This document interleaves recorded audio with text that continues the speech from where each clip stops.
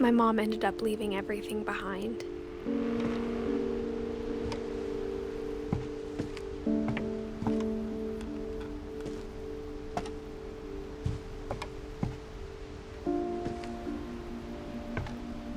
What happened that night had been coming for a long time.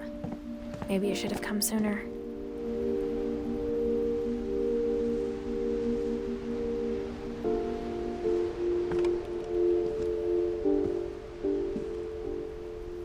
But it had to end one way or another. All that's left now is to tell you about that last night.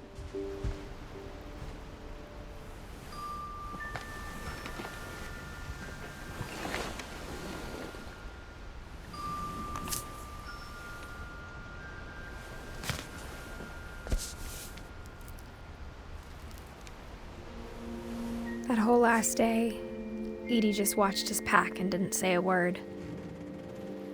Until supper, when she raised her glass and said, "To our final night together, and all our final nights apart." Grandma, you know what I said about alcohol. Some of your medications are very Edith, specific. I left a present for you in the hallway. Why don't you go open it? The grown-ups have to argue now. I'm sorry, you're right. We're all leaving tomorrow. Let's just enjoy our last... I'm not leaving. Edith, you're excused.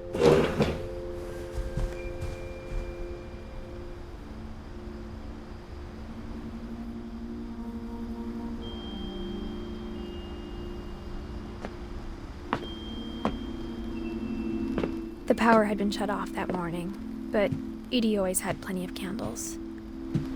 When my mom sealed the library, I don't think she knew about the other entrance. Or that Edie had a key to it.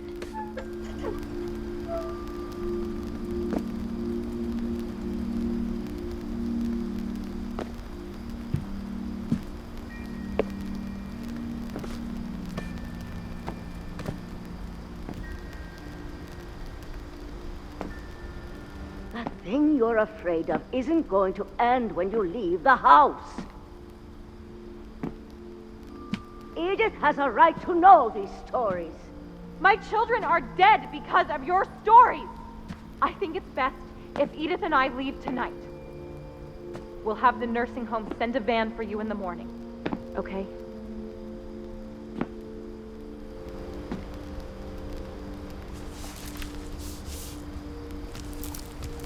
Dear Edith, there's so many stories I wish I could tell you, but there's only time for one. This is about what happened on the night you were born. That night, the tide went way, way out.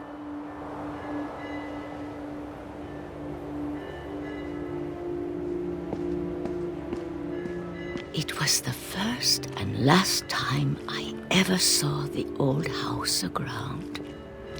There'd been an earthquake out in the middle of the ocean. They called it the lowest tide in 1,000 years. God, it smelled awful. You know, I've seen that house every day of my life. But I never thought I'd go back to it. When the fog rolled in, I lost my way.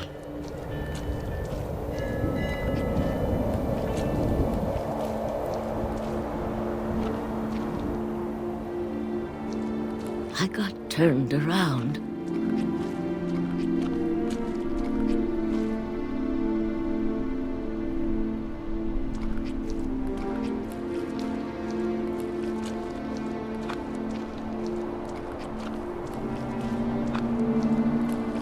For a while, I wandered.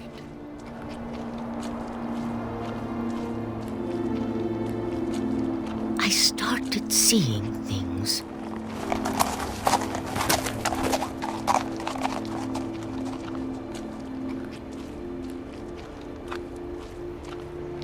Things I'd forgotten had ever existed.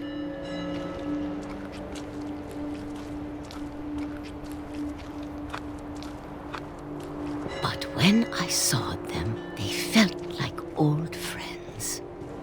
That night, a lot of things came back to me. Or maybe I came back to them.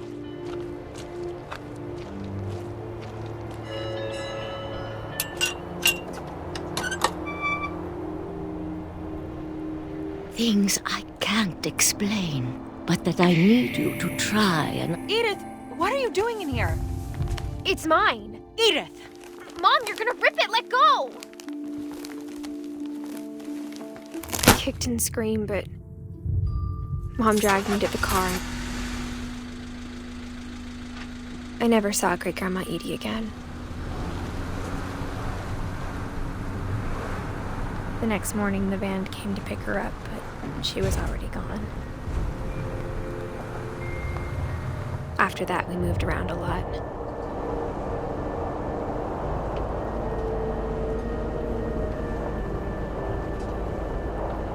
We both tried to make the best of it.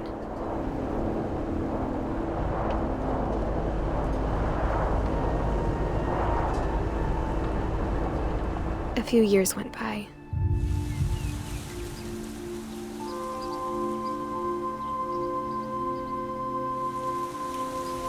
My mom didn't like to talk about it, but she started getting sick a lot.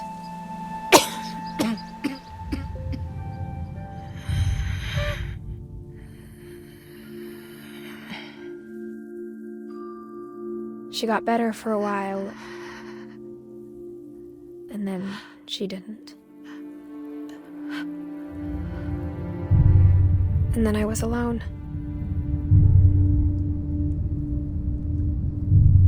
The last Finch left alive.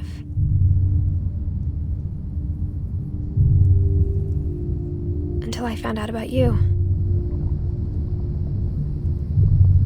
I'm still not sure what to tell you about all this. If we lived forever, maybe we'd have time to understand things. But as it is, I think the best we can do is try to open our eyes.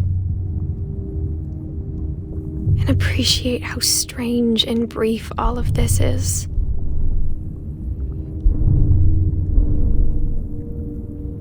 This journal was supposed to be for you.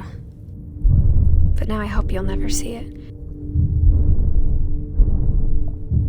I just want to meet you and tell you all these stories myself. But I guess if you're reading this now, things didn't work out that way.